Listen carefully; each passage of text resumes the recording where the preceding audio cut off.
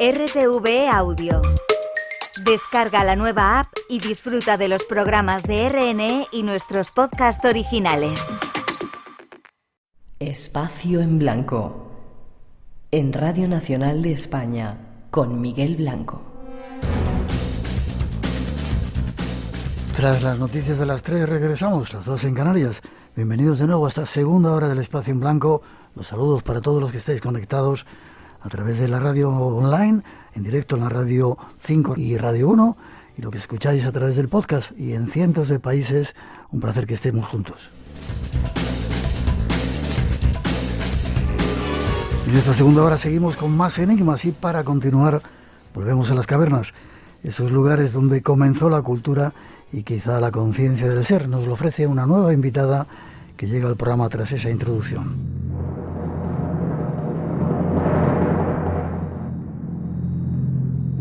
Los próximos minutos nos... ¿Cuántas veces o en qué? ¿Cuántas veces has estado en una cueva? Te pregunto. Pues no las he contado, pero unas cuantas ya. Sí. ¿Todas en España? Sí, todas en España. Todas en España. No he tenido la oportunidad de ver las francesas, por ejemplo, que son impresionantes, pero sí, todas han sido aquí en España, tanto en el norte como en el sur. Una vez se sorprende por las cosas que pasan en el Espacio en Blanco. De repente nos llega un trabajo que se llama La Cueva y una dedicatoria que dice, porque tú sabes entender. Y de repente pues hemos tenido que invitar a esta persona, la autora de este trabajo que se llama La Cueva, Cristina Díaz. Buenas noches, Cristina. Hola, buenas noches, Miguel. Psicóloga, escritora, y da la sensación porque es una novela, pero una novela, yo no sé cómo llamarla, una novela histórica, como si te hubieras conectado con algo y los antepasados te hubieran dictado algo y has tenido que transcribirlo para la gente de nuestros días. ¿Va por ahí la cosa o lo has sentido así? A nivel privado te digo, o en secreto te digo que sí, la verdad es que esa es la sensación. Pero luego tiene mucho trabajo detrás, de documentación, de investigación y bueno, si bien la historia, la trama de la historia, yo mismamente me sorprendo de dónde puede haber salido, y los personajes y demás, pero bueno, eso supongo que a muchos escritores les pasa exactamente lo mismo. Es un proceso bastante bonito y bastante mágico, pero sí que hay muchísima investigación porque el libro no es un paseo por la prehistoria sin más, sino que he intentado también dar a conocer todas esos estilos de vida que existían, todos los conocimientos que tenían, porque es una época bastante denostada y bastante desconocida. Entonces me da mucha pena que no se reconozca lo grandísimos que eran para sobrevivir en ese medio con nada. Y bueno, pues era un poco todo, ¿no? Quería aprovecharlo y investigué bastante, porque es una afición que siempre he tenido, la prehistoria. Y bueno, el resultado está aquí.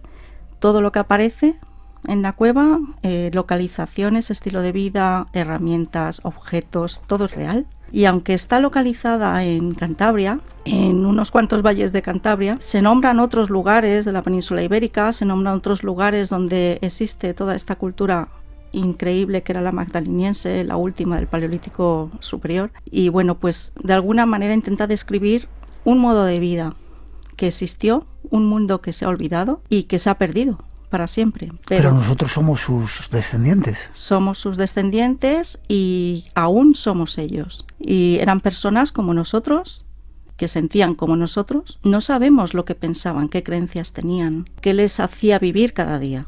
Pero desde luego no eran unos brutos que iban mal vestidos, etcétera, etcétera, como siempre.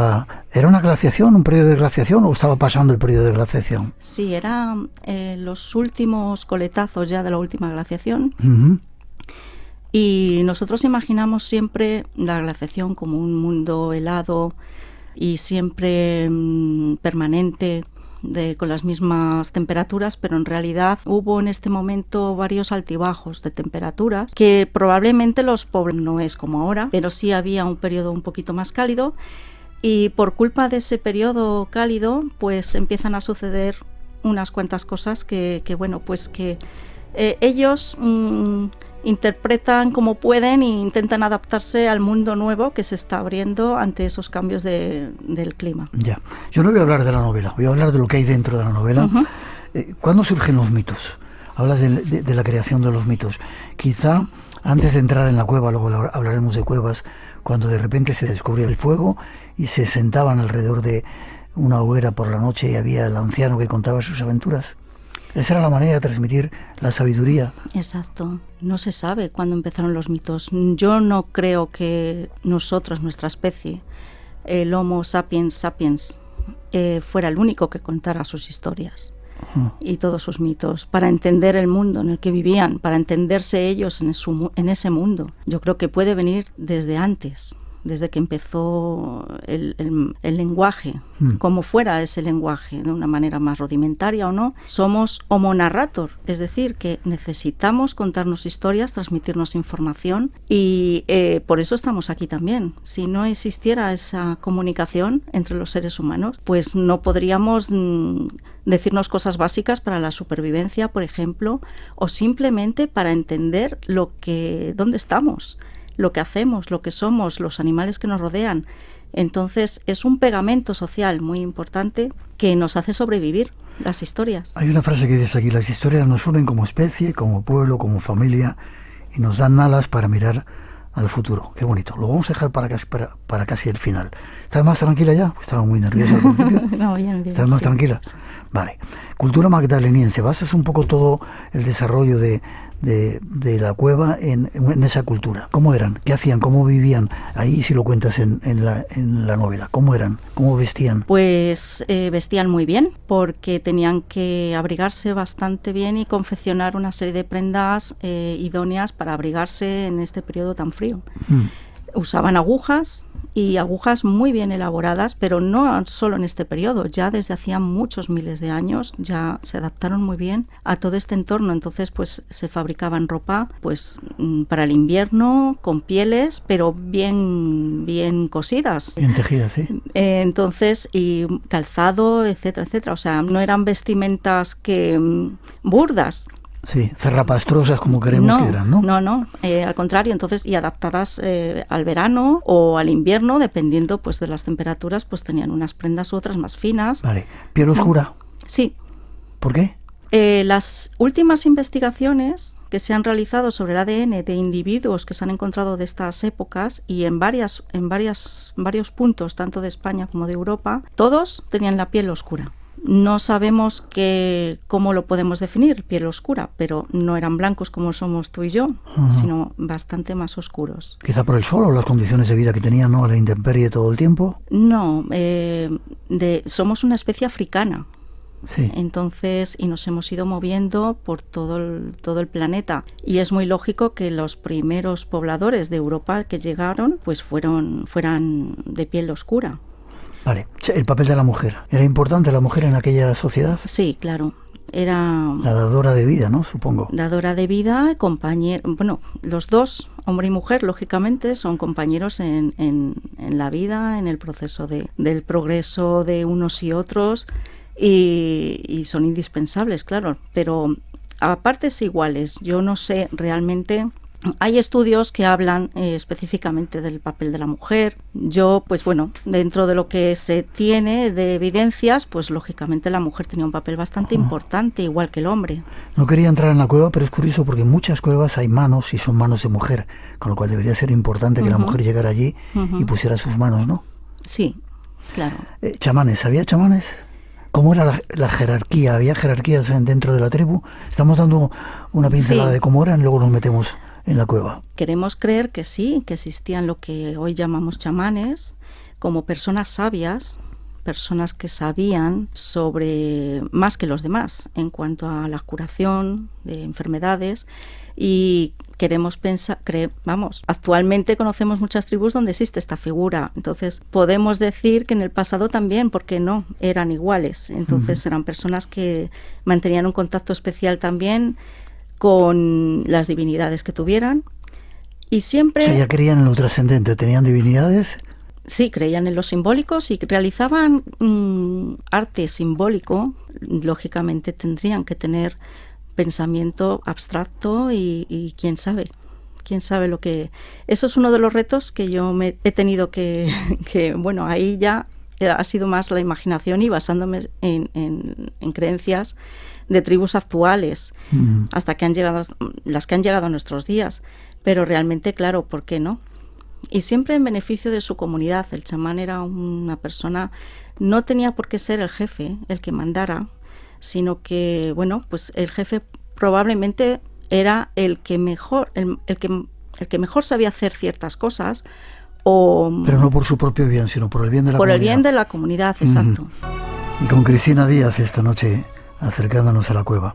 Hay una frase que pones en el libro de Matsuo Baso que dice: no tratemos de seguir las huellas de los antiguos, busquemos lo que ellos buscaban.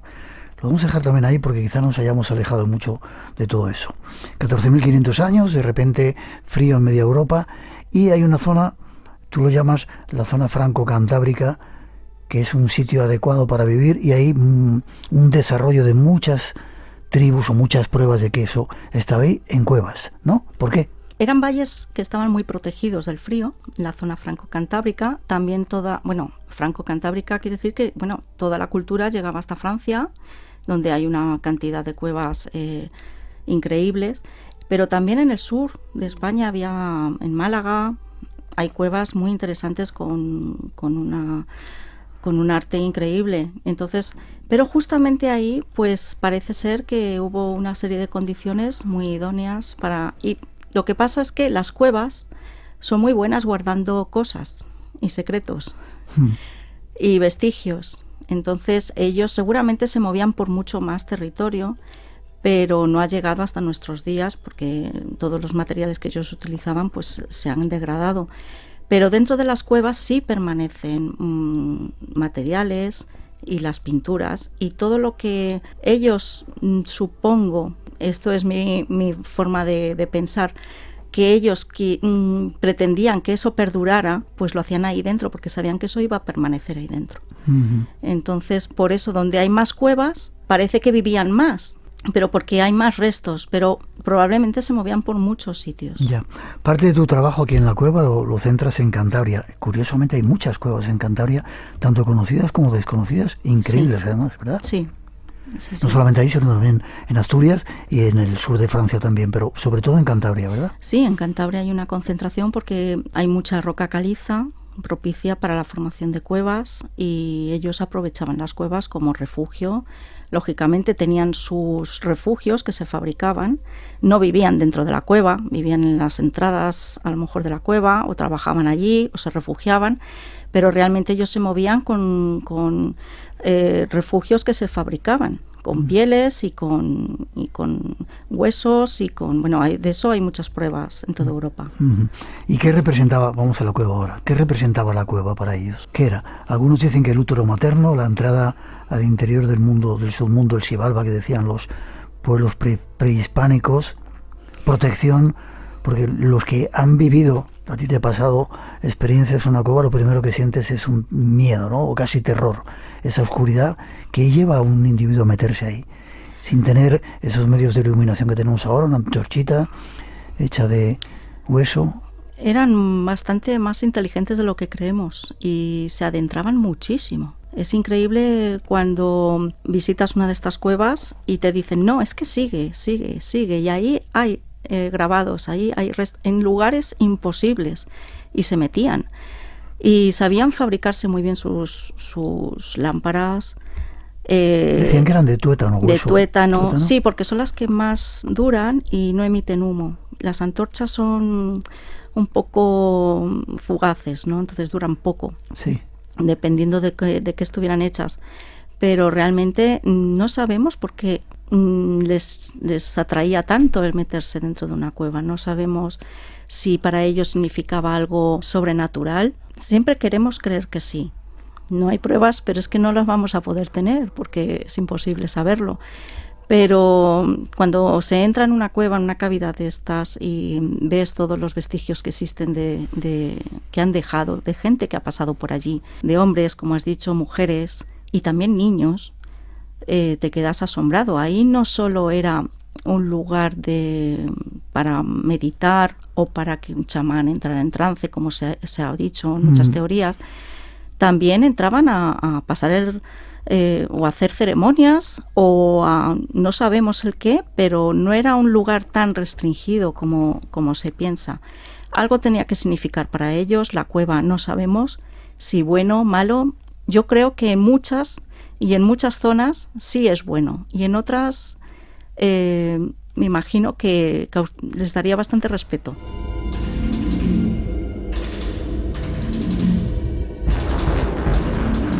Tú has estado en muchas de esas cuevas en Cantabria. ¿Alguna que te haya llamado especialmente la atención? Además las reflejas en el libro. Sí, en el libro salen bastantes. Mi favorita, todas me gustan, todas me encantan porque cada una tiene su personalidad y encuentras un signo que las define. Pero mi favorita, todo el mundo lo sabe, es el castillo. El castillo. Sí. Las de la moneda se llama también, ¿no? Sí, el castillo, bueno, está el Monte del Castillo, que está Sí, en Puente Viesgo. Parece una pirámide. Parece una pirámide, es bastante sorprendente. Sí. Y dentro en ese monte, o montaña sagrada, ¿no? Que hay quien la llama montaña sagrada porque hay bastantes cavidades. Algunas han descubierto recientemente incluso, pero hay una concentración increíble de pinturas, grabados y muy antiguos, de los más antiguos que existen en la humanidad. Y entonces la que más te gusta es esa. Sí. Vale. En alguna parte del libro dices también que cuando uno contempla esas pinturas te das cuenta de que esa gente no era lo que creemos de ellos, ¿no? No. Llegaron los griegos y parece que era el culmen del arte, pero ellos, esa gente, tenía algo muy especial, ¿no? Dices que era ver esas pinturas, es nuestra alma en estado puro. Sí, son pinturas y representaciones muy simbólicas y cuando contemplas esas pinturas estás en el mismo sitio donde el pintor o pintora las ejecutó. No estás, es como si estuvieras en el taller de Leonardo da Vinci, exactamente en el mismo sitio delante de la Gioconda, ¿no? Entonces es sobrecogedor y ves realmente, y los expertos en arte que las han estudiado, pues que pueden incluso determinar si lo hizo una persona, qué tipo de persona. Si la misma persona pintó en esta y en otra cueva, pues realmente ves que los trazos, la manera en que está hecho, la manera en que sintetizan la figura del animal y la postura o la actitud del animal, no eran cualquiera el que hacía algunas pinturas. Algunas sí, pero en otras cuevas, por ejemplo en Covalanas, en Ramales de la Victoria, ahí la persona que pintó las ciervas rojas, las famosas ciervas rojas, esa persona era un genio del arte. El trazo tan perfecto, o sea, es que realmente es muy difícil pintar eso. Ya. Esa gente veía el mundo de una manera diferente a como lo vemos nosotros, ¿verdad? Sí. Sí, porque dependiendo de la cultura, el medio en el que estés inmerso, pues lógicamente interpretas ese mundo que te rodea de otra manera distinta. Y claro que lo verían, porque ellos eran uno más en la naturaleza. Ellos estaban dentro del ámbito natural y los animales y las plantas, las montañas, todo era para ellos, estaban todos juntos, entonces formaban parte de ese todo. Pero posteriormente, con la llegada del Neolítico, el hombre se puso en la cúspide de la pirámide, de la jerarquía. Queriéndose superior a todo lo demás. Exacto. Empezó a cultivar, empezó a dominar la naturaleza y estamos todavía en ese proceso. Ya estamos viendo los resultados. ¿Qué resultados? Pues que nos estamos cargando la naturaleza y todo lo que nosotros, y a nosotros mismos, porque nosotros somos naturaleza. Y que seguramente al planeta no le importa mucho, sino que esta especie humana se va al carajo, ¿no? Pues no sabemos lo que va a suceder, pero desde luego uno de los objetivos de la novela es intentar reflexionar y darnos cuenta de todo lo que hemos perdido, de cómo éramos. Intenta ser un viaje al pasado y a la esencia de lo que somos en realidad, y que si queremos progresar y avanzar, no solo tenemos que tener en cuenta la tecnología, la economía, sino los indicadores de calidad, de vida, de la salud mental. Y realmente no sé cómo estamos de salud mental, pero me parece que no muy bien.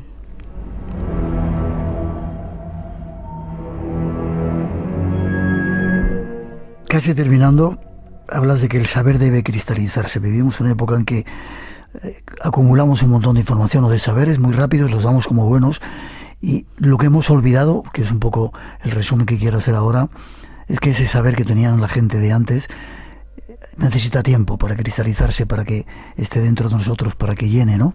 Sí, sí. Y hemos perdido esa mirada que ellos tenían respecto al mundo, no lo sé por qué, pero yo cuando entro a una cueva me tienen que explicar lo que veo allí, pues yo no soy capaz de ver las cosas que ellos dicen. No tenemos la manera de mirar la vida, el mundo, la sociedad, la vida en general, como ellos tenían, ¿no? Hemos perdido muchas cosas en el camino. Hemos perdido mucho y creo que en el mundo en el que vivimos tenemos que pararnos y ver hasta qué punto la tecnología y todos los avances que son tan buenos y nos traen tantas cosas buenas, a costa de de qué otras cosas estamos perdiendo para tener esto otro. Entonces hay que volver un poco hacia atrás y mirar hacia atrás para saber quiénes somos en realidad y no perder esos vínculos que nos unían a la naturaleza, a la familia, a la tribu, a los amigos, porque ahora tenemos muchos amigos, tenemos muchos likes en las redes sociales, pero no hay calidad. Y lo mismo con la información. Estamos brincando de una información a otra, pero no asentamos esa información, no reflexionamos. Y mucha gente me dice, es que es muy gorda la novela, o es, madre mía, qué tocho, vaya historia, qué tocho. ¿Cuántas páginas? ¿500 o 600? Sí, vaya tocho, pero realmente la novela lo que pretende es que el lector o lectora realice un viaje no solo al pasado, sino a su mismo interior, que es en lo que consiste este autodescubrimiento en la cueva. Volver a la infancia paleolítica que hemos tenido y a nuestra propia infancia y reflexionar qué somos, para qué estamos aquí, qué queremos conseguir, a dónde queremos llegar y a costa de qué. Entonces, es una novela profundamente psicológica también. Cristina, por eso estás aquí. Por eso estás aquí. Hay una frase que dices, hay que apagar las luces del progreso para saber lo que somos en realidad. Qué bonito eso de apagar las luces del progreso. Sí, no se trata de renunciar a nada nuevo, sino coger lo que somos, nuestra esencia, vaciarnos un poco de la mirada de las luces y los fuegos artificiales que nos proporciona el progreso y contemplarnos, hacer un ejercicio de contemplar lo que somos realmente, cómo vivían estas personas, qué valoraban estas personas, qué buscaban. Por eso esa frase del poeta... Sí. La voy a repetir. Sí.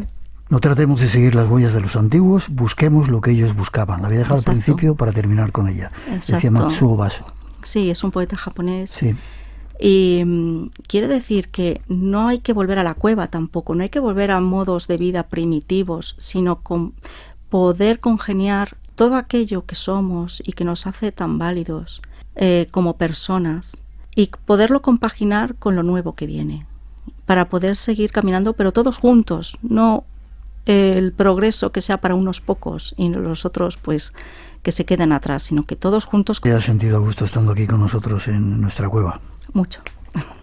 Y espero también que algún día si vas a alguna cueva me lleves para... Yo he perdido un poco esa capacidad de ver que tenían ellos. Me encantaría poder recuperarla y ver con los ojos que ellos veían la naturaleza, la vida, a los congéneres en una cueva, en esa oscuridad iluminadora. Seguro que puede, sí, cualquiera puede conectar. Déjame que haga un resumen de ese tocho, de ese trabajo tan increíble que has hecho. Es una novela llena de un montón de personajes y de aventuras, pero que refleja, yo creo que es una obra increíblemente poderosa para descubrir eso, lo que teníamos atrás y lo que hemos dejado atrás. Exacto. Una obra antropológica muy, muy, muy interesante. Forma de contacto contigo, si alguien quiere saber algo más de esa cueva o acompañarte a la cueva. Pues me pueden encontrar en Facebook, en Twitter, en Cristina Díaz 909, en Instagram, Cristina Díaz _la cueva, y mi correo electrónico lacueva_nuestrosorígenes@yahoo.com. Ha sido un placer, espero que igual para ti, que hayas disfrutado estando con nosotros. Encantada de estar aquí, muchas gracias. Gracias a ti, hasta pronto. Tan bonita tenemos desde las tetas de Lisasa. ¡Adiós! Es ahora o nunca. Cuidemos la naturaleza. Objetivo RTV. Agenda 2030. He estado en La Guajira, desconectado del todo. Él se despide diciendo para mi cumpleaños vuelvo. Tengo que escribir todo esto, pero lo tengo que hacer con algo. Pero no volvió. Cada desaparición esconde una historia. La tribu Wayuu es una tribu con una serie de rituales ancestrales. Familiares e investigadores nos ayudan a reconstruir los hechos en busca de respuestas. Es una de las zonas más particulares de Colombia que más necesidades tiene. Código 6. Código 6. Un podcast sobre casos reales de personas desaparecidas.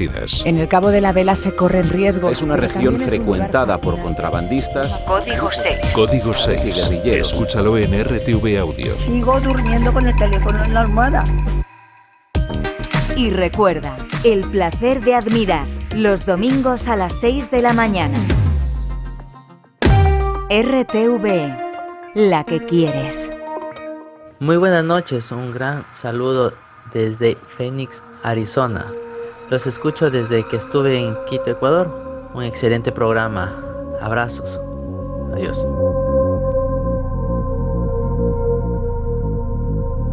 Y ahora, en los próximos minutos, llega nuestro compañero Juan Gómez, que nos acompaña hasta otro lugar oscuro de nuestra geografía, donde incluso hay pirámides donde se escuchan voces. Ya veréis.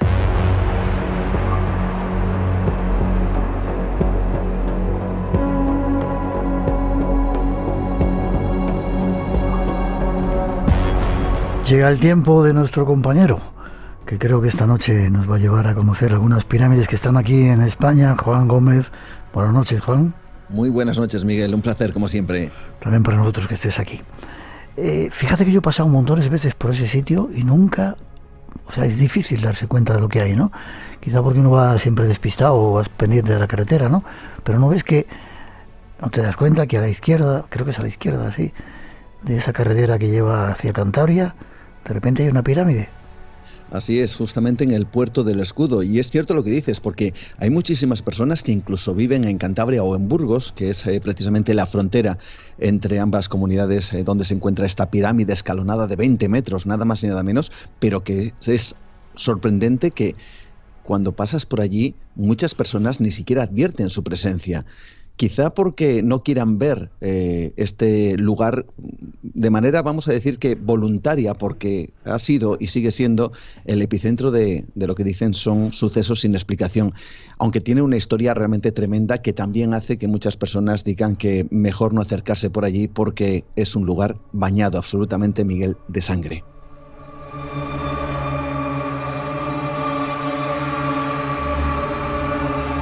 A mí me costó bastante, ya te digo, muchos viajes a Cantabria al darme cuenta de lo que estaba allí, parar y sentir. Es un lugar desolador, ¿verdad? Estar en una montañita allí, en ese puerto ya casi arriba, o no sé si está arriba del todo el puerto del Escudo, y es un lugar muy desolador. Pues prácticamente está en el alto del puerto del Escudo. Y sí, es un lugar que por donde no para nadie, solo se pasa en coche, nada más. No hay viviendas, no hay ninguna población cercana que podamos definir este lugar como una zona pues en donde se pueda parar de manera habitual, para nada, ¿no? Parece que ha querido ser olvidado este enclave y no es para menos en algunas circunstancias, ¿no? Sin embargo, hay que decir que este lugar tiene historia y ahora mismo se está intentando recuperar lo que se denomina esa memoria histórica, precisamente haciendo valer el simbolismo que tiene, que es realmente profundo. Si quieres hablamos un poquito de la historia de esta pirámide que fue creada. Cuéntanos la historia de la pirámide. Te cuento la historia. La historia viene precisamente de la Guerra Civil, ¿no? Fíjate, vamos a ponernos en contexto en nuestra particular máquina del tiempo. Desde el día 14 al 16 de agosto de 1937 se produce la llamada la Batalla del Escudo. En Italia sería conocida como la Batalla de Santander. Se produce una feroz, como digo, batalla donde hay gran cantidad de muertos en uno y otro bando. Tantos que ni siquiera se sabe el número exacto, solo se sabe una cantidad que es la de 372 que pertenecían a la división Littorio italiana que participó en esa contienda. Bueno, esta zona se marca precisamente por este mismo suceso. Y cuando termina ya la Guerra Civil, en el año 1939, se crea esta pirámide escalonada para ser utilizada como mausoleo y para que se metan en su interior los cuerpos de los 360 soldados y los 12 oficiales que estarían enterrados en su cripta. A partir de ese momento, dicen, se produce ya la primera de las situaciones malditas que incluyen precisamente este lugar, porque fíjate, los italianos llamaron, como digo, la batalla de Santander. Fue descrita por la prensa como una gran batalla, pero aquí empieza la maldición, porque desde Italia hubo un periodista llamado Indro Montanelli que fue muy conocido y tiene, bueno, vamos a decir que sus artículos siempre provocaban diferentes reacciones, ¿no? Pues este hombre en un artículo despreció la contienda diciendo que, bueno, que no había sido para nada una contienda terrible, ni mucho menos. Y fíjate, Mussolini lo eliminó del registro de periodistas por el artículo sobre la batalla, considerándolo ofensivo. Le quitaron el carné del partido, se tuvo que refugiar a Suiza. A su regreso, durante la Segunda Guerra Mundial, fue atrapado por los alemanes y condenado a muerte, en que finalmente se libró, ¿no? Y por último, fue víctima de un atentado en donde le dispararon 4 tiros, alcanzándole 2 de ellos en las piernas. Dicen que fue el inicio de la maldición de esta pirámide y de todo aquello que estaba a su alrededor.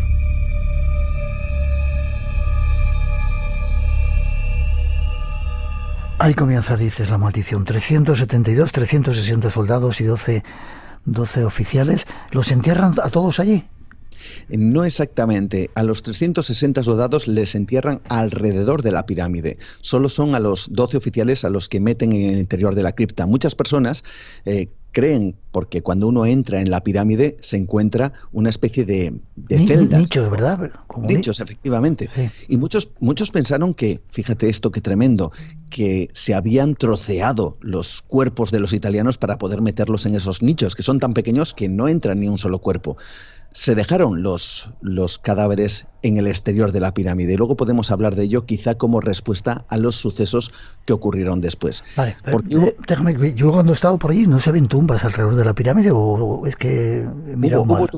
Hubo tumbas, de hecho hay fotografías, hay una extensa hemeroteca al respecto en donde se ve la pirámide y se ven cruces alrededor de los italianos. Lo que estos nichos estaban ofreciendo era la identificación de cuál era la tumba donde se encontraba el italiano correspondiente, ¿no? El soldado correspondiente. Los familiares llegaban allí, veían en el nicho el nombre y el número de tumba y luego salían de ese mausoleo para hacer su correspondiente homenaje o lo que tuvieran a bien ya en la tumba que estaba en el exterior, fuera de la pirámide. ¿Y se los han llevado esos cadáveres? ¿Los repatriaron? Sí, lo repatriaron al Sagrado Corazón de Zaragoza. Allí se encuentra precisamente una placa donde indica los 372 soldados que mueren, ¿no?, en esa batalla del Puerto del Escudo. Lo que ocurre es que aquí hay una doble tragedia, Miguel, que desde luego marca este lugar de manera fehaciente, y es precisamente por la cual el gobierno italiano decide exhumar todos esos cadáveres y llevarlos a este Sagrado Corazón de Zaragoza. Y es que en mayo de 1971, varios de los supervivientes de esa batalla, ya hablamos de varias décadas después, llegan a ese lugar para hacer un homenaje. Vienen desde Italia, llegan a Madrid, de Madrid, efectivamente, tal como decías, suben al Puerto del Escudo, se encuentran la pirámide a la izquierda y hacen un homenaje. El problema fue al bajar. Un autobús, pues de esa época, los frenos fallan y en ese descenso, que es uno de los puntos negros que existen en nuestro país, en una de las curvas se sale precisamente y cae por una barranquera, por un barranco, acabando con la vida, fíjate, de 11 personas. Algunos de ellos, y esto parece una especie de extraño resorte del destino, Miguel, muchos de ellos habían sobrevivido a las bombas, a la guerra, a las balas, a la sangre de ese lugar, y varias décadas después regresan a ese mismo punto y acaban muriendo en ese accidente, como te digo, como un resorte, como una maldición que les aguardaba en ese lugar, Miguel.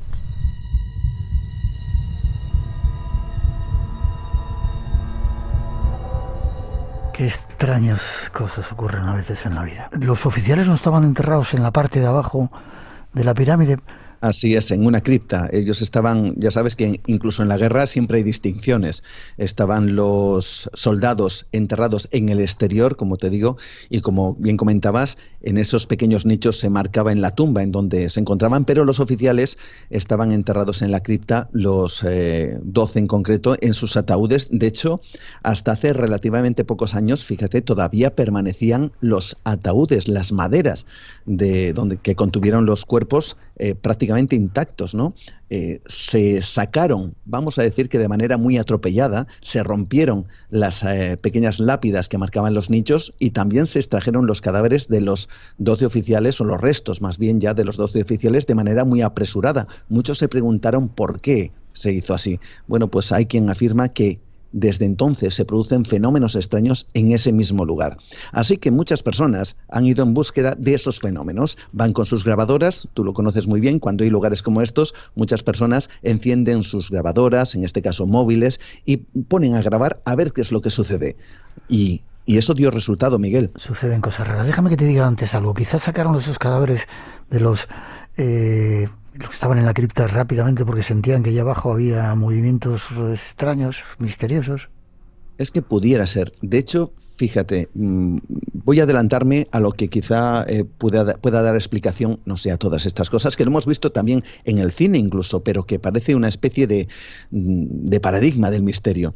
No tenemos ni una sola fotografía, no tenemos nada de documentación que nos indique claramente que los cadáveres que estaban alrededor de la pirámide se hubieran exhumado realmente, lo cual nos parece indicar, porque tendríamos que estar hablando de una fotografía con 360 agujeros alrededor de la pirámide que habrían sido consecuencia de esa exhumación. Sin embargo, no tenemos nada de eso. Así que hay quien aventura que los cuerpos de esos soldados todavía permanecen y solo, Miguel, retiraron las cruces. Como la película Poltergeist, y por eso están pasando cosas raras. Eso es lo que dicen, Miguel.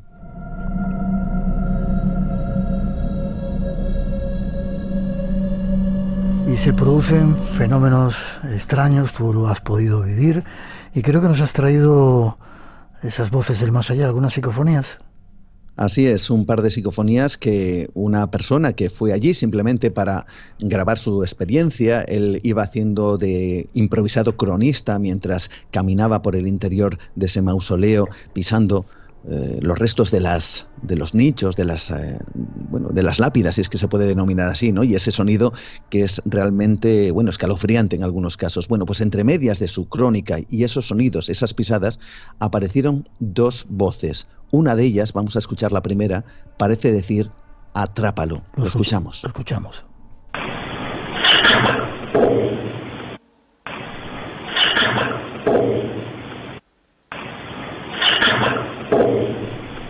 Se entiende bastante bien. ¿Fue grabada dentro de la pirámide? Fue grabada en el interior de esa misma pirámide, en donde se encuentran esos nichos que parece una auténtica colmena de 360 huecos pequeños huecos, donde dicen algunos que fueron enterrados, aunque nunca fue tal caso. Vale, déjame que lo volvamos a escuchar a esa voz extraña que dice atrápalo.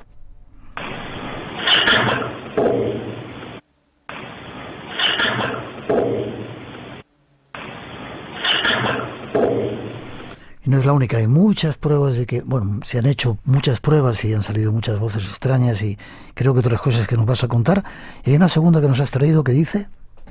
Dice además claramente, porque siempre ya sabes que en las psicofonías, pues a veces hay cierta confusión a la hora de escuchar, no sabemos muy bien si lo que nos dicen que dice es realmente lo que dicen. No sé si me acabo de explicar correcta, pero aquí en este caso no hay duda. Una voz que dice Silvia.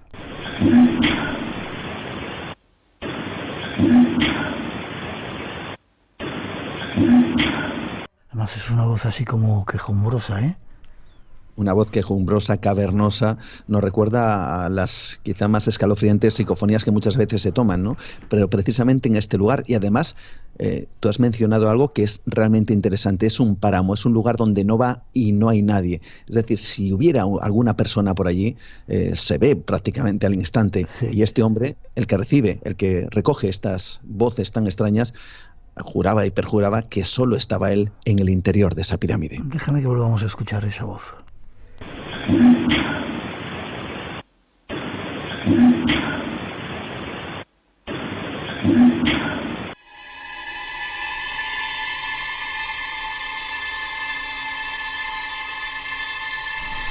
Pero no solo pasan esos fenómenos, ¿no? Yo creo que, no sé si te pasó a ti, que te agredieron estando dentro de la pirámide, te pasa por meterte donde no debes, ya sabes lo que te ocurre cuando eres malo.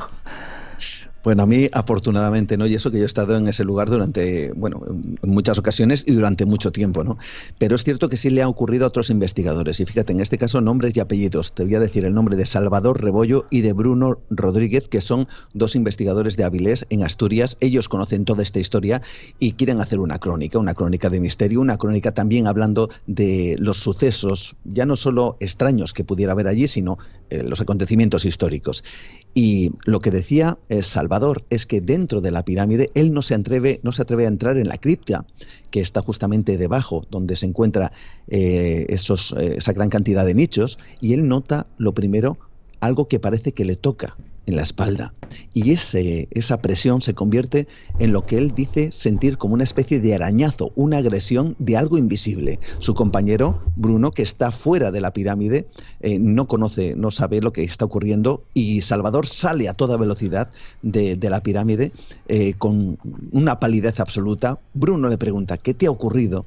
Y Salvador, y esto me lo comentó él, palabras textuales, le dijo a su compañero: si te lo cuento, jamás me creerás.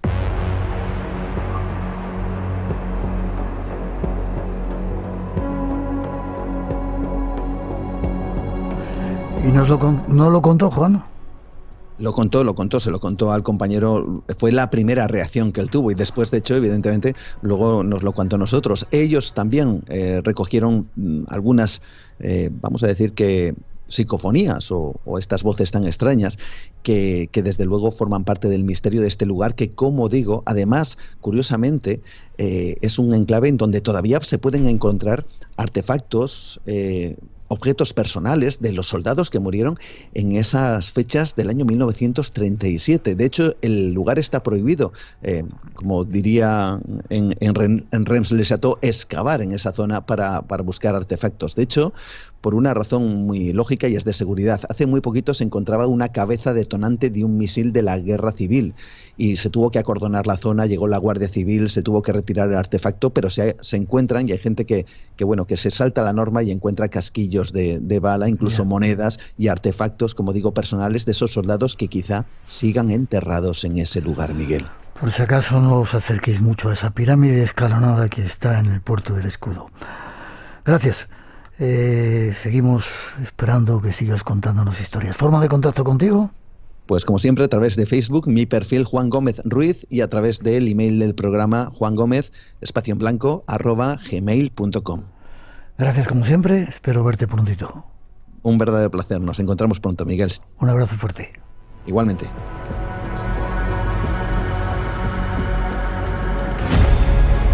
Este verano, esto es lo que te espera.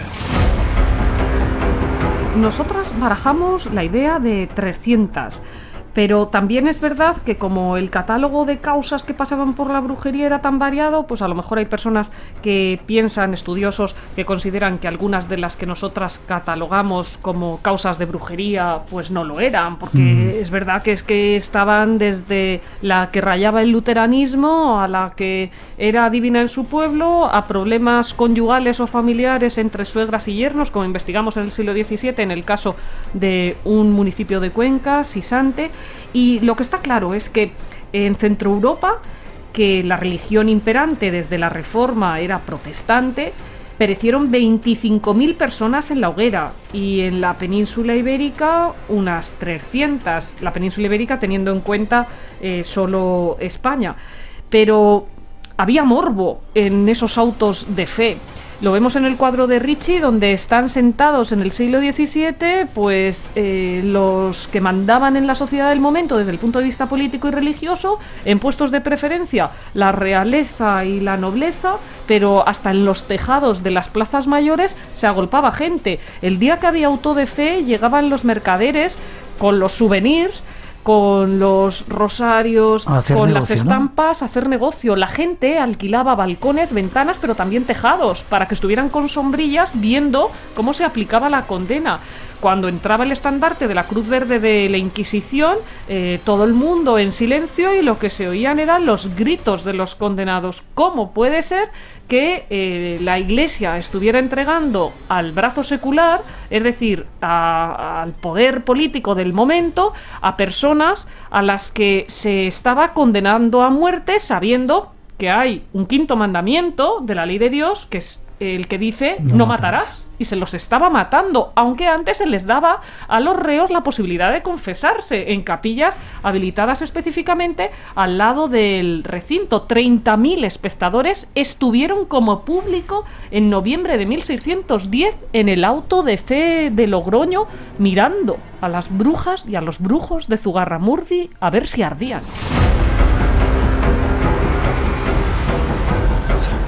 Y bueno, pues recojo las experiencias y la historia del lugar, en primer lugar, la historia de este hotel y sobre todo de los misteriosos fenómenos que allí ocurren, porque siguen ocurriendo esos misteriosos fenómenos.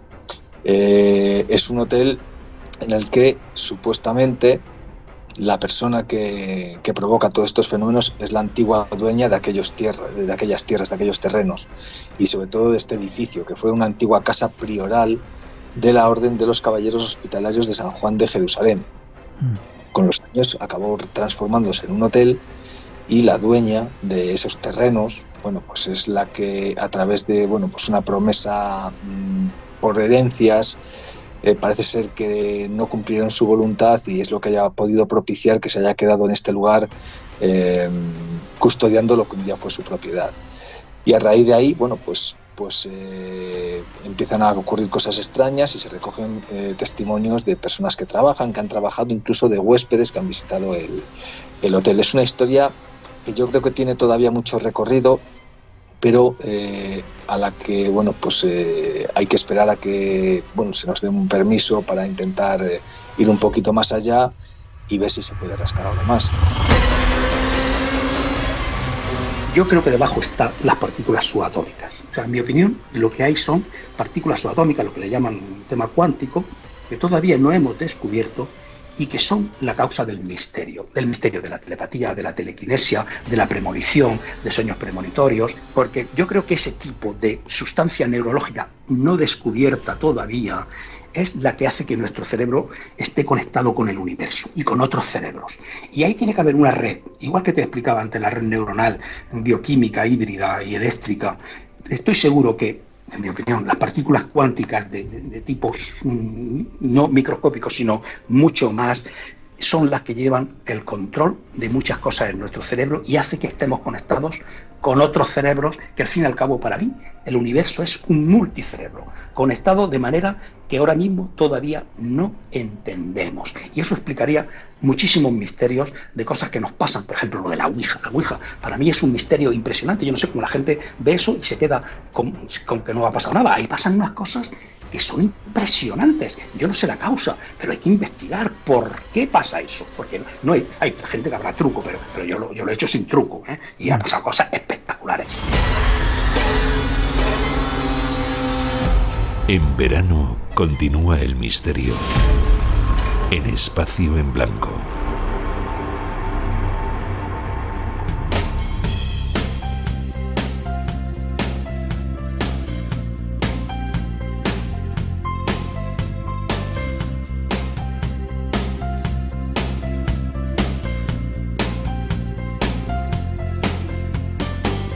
Y termina nuestro tiempo por hoy. Hemos de marcharnos, pero mientras llega la siguiente cita, a prepararse. Hay muchas sorpresas esperando en el Espacio en Blanco, una nueva temporada llena de cosas increíbles, y queremos compartirlas con todos vosotros. Ahora os dejamos con la información de las 4 a las 3 en las Islas Canarias.